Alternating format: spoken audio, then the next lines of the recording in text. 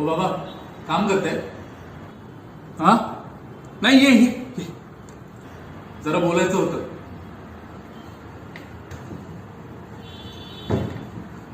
बोल बाबू, तुम्हाला एक प्रश्न विचारू. काय तुला सुद्धा प्रश्न पडतात? अरे वा बेटा, मला आजच कळलं. छान छान. कारण माझ्या घरातच ही सवय असेल तर मी मुंबईकरांना मोटिवेशन कसं करू? अरे बेटा, मला समजेल असं बोल ना. हा बोल. हा, तुम्हाला पुनर्चक्रांकन करण्याजोगा आणि पुनर्चक्रांकन न करण्याजोगा कचरा, तसेच इतर सर्व अजैविक विघटनशील कचरा म्हणजे सुका कचरा. अरे बेटा, मला समजेल असं बोल. तू काय बोलते कळत नाही रे. बाबा, याला इंग्रजीत ड्राय वेस्ट आणि मराठीमध्ये सुका कचरा असं म्हणतात. कळलं का तुम्हाला? हो कळलं. सुका कचरा ना. हा, पण कचऱ्याचा आणि आपला काय संबंध?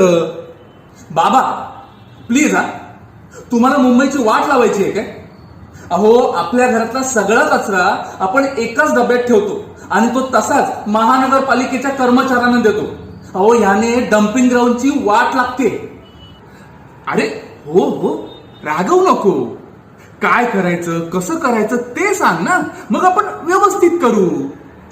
बाबा, जसं की सुक्या कचऱ्यामध्ये बघा, प्लास्टिकच्या पिशव्या, बॉटल, तुटलेले डबे, थर्माकॉल, काचेच्या बाटल्या, दूध आणि दह्याच्या पिशव्या, कंटेनर, चिप्सचे पॅकेट आणि कॉफी आणि शॅम्पू यांचे पाऊच, टेट्रा पॅक, धातूचे कॅन, पेपर प्लेट्स, हे सगळं एकाच डब्यात टाकून मग ते महानगरपालिकेच्या कर्मचाऱ्यांना देणं गरजेचं आहे.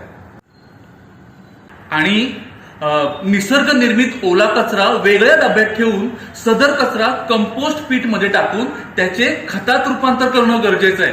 अहो, तरच या डम्पिंग ग्राउंडवर कचरा रूपी राक्षसावर नियंत्रण करता येईल. कळतंय ना तुम्हाला? कळलं बेटा, कळलं. मला आता सगळं व्यवस्थित कळलं.